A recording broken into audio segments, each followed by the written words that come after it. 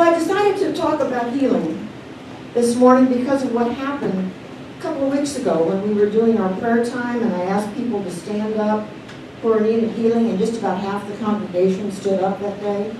And I realized how important healing is to all of us. Health is so important and is a common denominator, and the loss of health especially is a challenge. You may not want to think about healing, but like it or not, most of us in this room, unless we die from an accident, are going to have to face a critical illness. I mean, it's a sobering thought. My husband Scott always said he just wanted to be hit by a Mack truck that he didn't see coming. Unfortunately, it didn't work out that way. The Mack truck turned out to be colon cancer. But I got to say, he went fairly quickly. So in one respect, it wasn't long and drawn out, which was a blessing for him. Not so easy for those that are left, right? And we've gone through it with parents, we've gone through it with friends, we've gone through it with grandparents. And it's so important that we all learn, this is a very strange thing to say, how to face death. It's a very strange place to be in. Something very strange happened to me during this go-around with cancer. The first time I had cancer was back in 1999. And it was breast cancer, and I used all the techniques that I learned from New Thought. Unity, divine science, religious science are often based on the healings of the founders of those faiths. So healing is a very important part of New Thought. Teaching healing processes has been an integral part of New Thought Christianity for well over 100 years. So in 1999, I became very dedicated to using the tools that were taught. And I think I've shared this before, that one of the things, I didn't share it for a while what I was going through. I needed positive people around me. So I called 3 people and I told them, I need you to hold the high watch. I'm going to go do some drama for a while. My job is to join you. I don't need you doing the drama with me.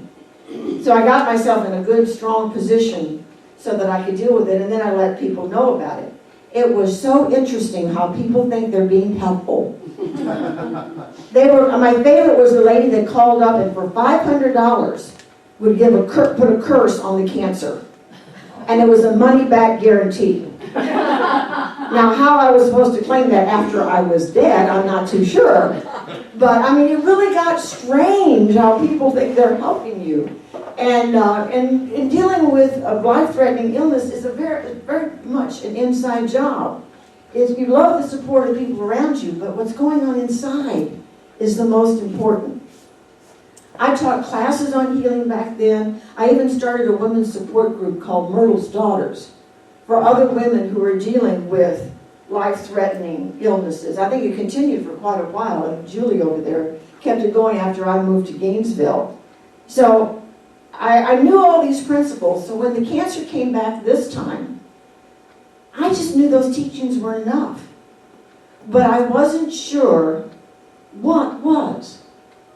I needed something more, but I didn't have a clue what that would be.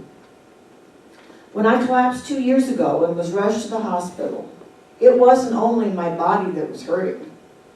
I'll probably get a little choked up, but I was hurting emotionally. I was in so much pain, spiritually lost. And then the cancer was just kind of the last straw. What was I supposed to do? I lay there, not able to walk without assistance, in pain from the cancer in my back. I was in a lot of pain. I was very fuzzy brained, and I was angry.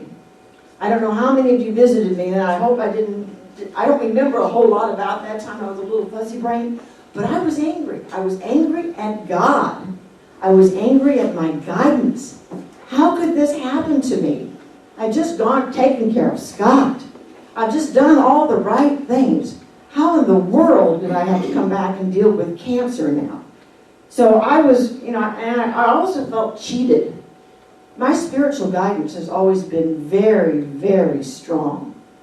And I was being guided to retire from ministry to go work with Scott in creating the radio show and worked with the interfaith, all these interfaith groups that are all over Atlanta that I was discovering, and it was really bringing me to life.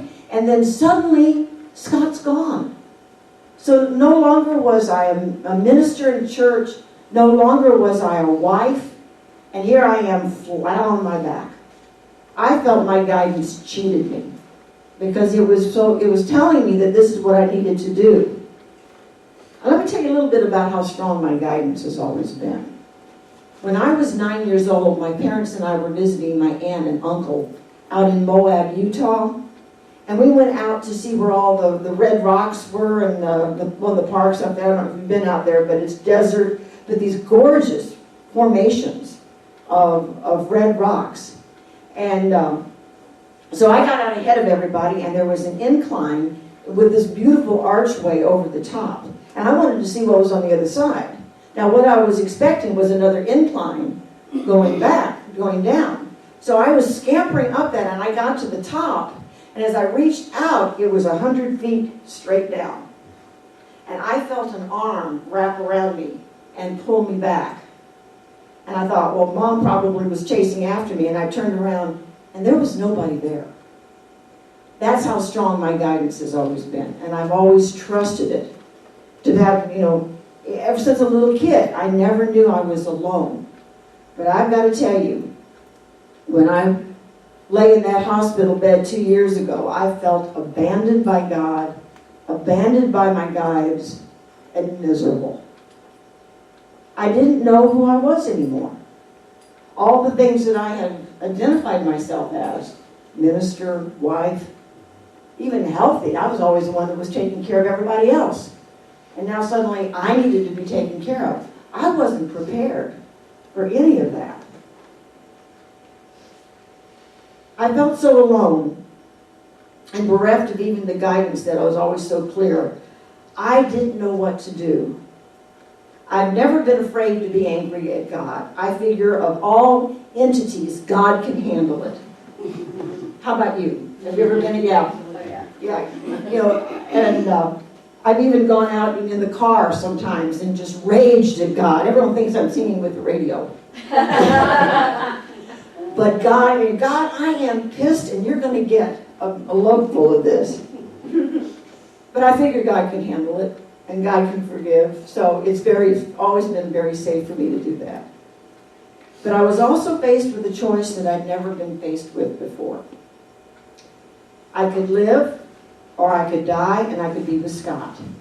And I got to tell you, look, dying and being with Scott was very, very attractive at that time.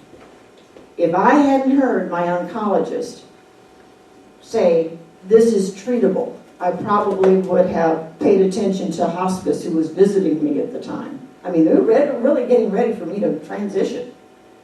And so I had to make this decision. Do I want to live, or do I want to die? And I finally reached a third choice. I made it okay to be either. I made it, I'd be just as happy if I died, and I'd be just as happy if I lived. And I surrendered. At that time, I wasn't sure who I was surrendering to, because remember, I was really pissed off at God. But I just let go of everything. And I just thought, okay, whatever's going to happen is going to happen. But I got to tell you, it's a very lonely place to not trust God. It was a lonely feeling. The guidance wasn't working. So all I could do was put literally one step in front of the other, and kept doing what the doctor ordered. And thanks to so many of friends and so many of you here, I started reconnecting with life. I still didn't know who I was, because everything that I'd used to identify myself with was gone. So, and I didn't want to identify myself as being a sickly person.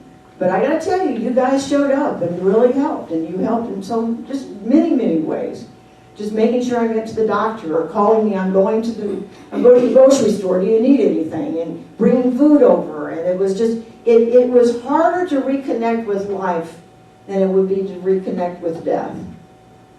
But I was okay, and you guys came through just beautifully.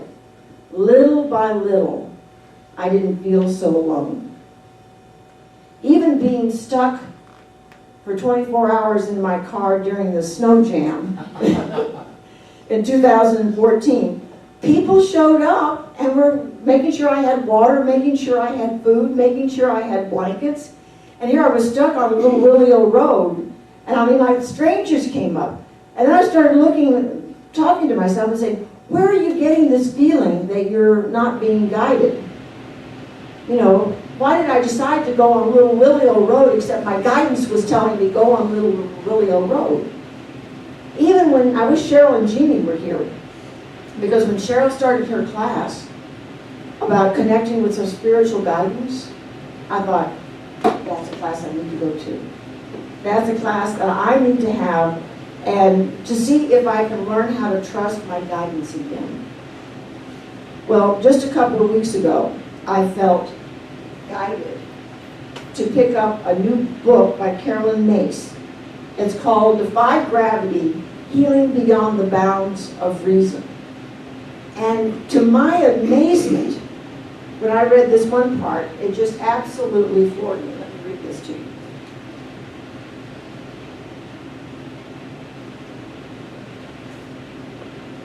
The death and rebirth archetype visits us all in small ways, but sometimes it gathers momentum and sweeps through our life with great intensity, bringing several endings simultaneously, perhaps too many at once. In times like that, we may choose to cooperate with the cycle of death instead of the cycle of life, in which case we enter into the forces that lead us to our death. Conversely, we may choose to re-engage with the life cycle, to reevaluate the purpose and meaning of our life, and renew a commitment to living in a way free of the destructive patterns that have led us into this cycle. Such is the power of choice and the essence of the mystical cycle of death and rebirth. And I read that, and Jeannie kept saying I need to write a book, and I got to tell Jeannie, Carolyn Mace beat me to it. Because there's exactly where I was, trying to figure out which direction to go in. And it's just all right to embrace the death cycle. As the lady doing her service on Monday, that's where she went. But it's also all right to embrace the life cycle. Carolyn Mace simply nailed it. It's a choice that probably all of us, at some time in our life, may have to face. When I released everything, I was being guided to release a mindset that cleanses my ego. And liberates all the anger, all the rage, all the frustration, and that's what I started working on. I started journaling and writing down all the things that just made me angry and people that I was angry with, and I let it all rip. I was as petty and as infantile as you could possibly be, but I had to get it out of me and onto the paper, just to start cleansing myself of all the anger, and I let God have it for at least 5 pages. So, but it was good, it was cleansing. And what amazed me, and I still don't understand all this, I still don't know why I'm still here. But I've had friends that were diagnosed with cancer after I was, and they're not here. And I'm still here. So, like I said, God only knows why I'm still around, but evidently I'm not done yet. And it's just finding that reason to live or a new identity for myself, and that's not an easy thing to do. In that moment when we surrender who we think we are, even not knowing who or what is next, we are surrendering to life and everything shifts. It's just a massive movement of, all right, now what's next? God, you've guided me here, and I suddenly realized I was guided all along. It just wasn't what I was expecting. Isn't that the way God works? God works with a big picture that none of us sees or sees at the moment. That's why we get so angry, and that's why we get so frustrated. But when I surrendered all that, I felt the peace move through me. And maybe that's where the healing is coming from. Just feeling the peace. So what would you do if you're faced with a life-threatening illness? as frightening as it is to go through, this dark night of the soul is a necessary part of our, as Carolyn calls it, our hero's journey.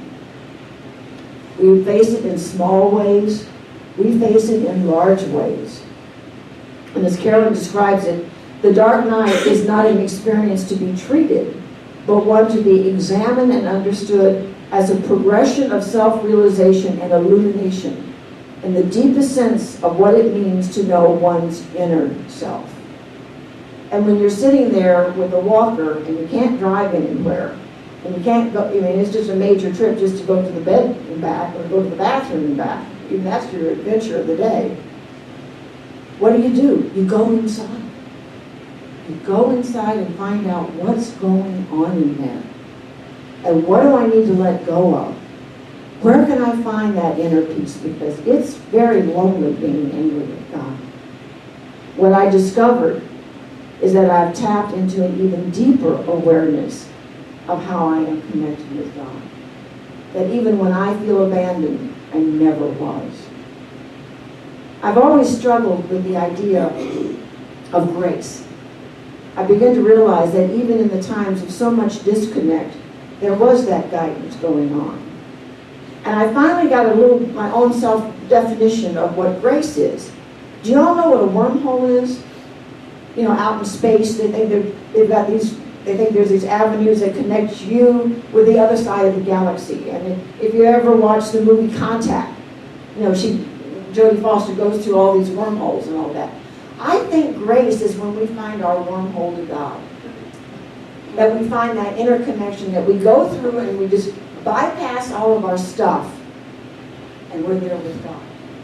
And maybe that's what I found, that we are all connected with God and we all have that wormhole, and sometimes it takes the most supposedly tragic of situations to bring us to that awareness. I'm here, and God has helped me to be here, and my guidance is still intact, but even at a deeper level than I had known before. And it took letting go of who I was to embrace a new idea of who I am becoming.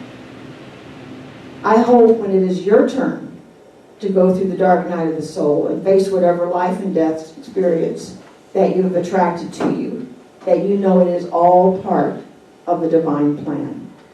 The divine plan that takes you deeper into knowing God, a way deeper than anything you could imagine before or found before, unless you're facing what life and death really means. Let's take this into meditation.